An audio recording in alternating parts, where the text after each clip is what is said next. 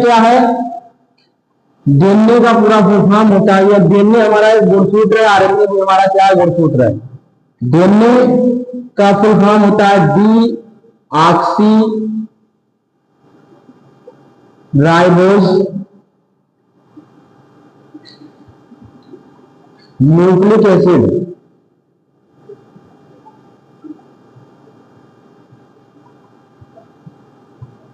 RNA का full form होता है राइबोज न्यूक्लिक एसिड। और जो हमारा डीएनए होता है वो किसका बना होता है? ये प्रोटीन के बने होते हैं। किसके बने होते हैं? प्रोटीन के। बात आती है आनुवांशिकता की।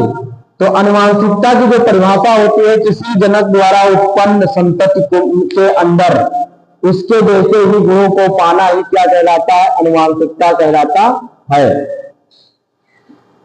तो ये हुआ हमारा क्या? आनुवांशिकता। जैसे कि मान लीजिए छोटी सी बात ये है कि मान लीजिए किसी का पुत्र के अंदर जो उसके गुण हैं उसके पिता से मिल रहे हैं, तो कहने का मतलब उसके शरीर में किसके गुण और किसके डीएनए दौड़ रहे हैं?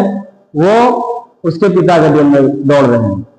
आनुवांशिकता का मतलब यही होता है कि यदि किसी संतति का जो यानी जो मान लीजिए शिशु है, बच्चा है, उसके पिता क्या है? लंबे हैं, और वो भी फिर क्या होगा? लंबा होगा, लेकिन निर्धारित किसके अनुसार होगा? उसके डीएनए के अनुसार होगा। कभी कभी ऐसा होता है कि माता पिता लंबे होते हैं लेकिन पुत्र लंबा नहीं होता है, तो यानी उसका जो डीएनए है वो क्या हो गया है? चेंज हो गया है। उसके अंदर उसके माता पिता के गुण तो होंगे लेकिन वो हाइट वाला, वृद्धि वाला गुण नहीं होगा। इसके बाद में आता है लिंग निर्धारण। क्या आता है? लिंग निर्धारण।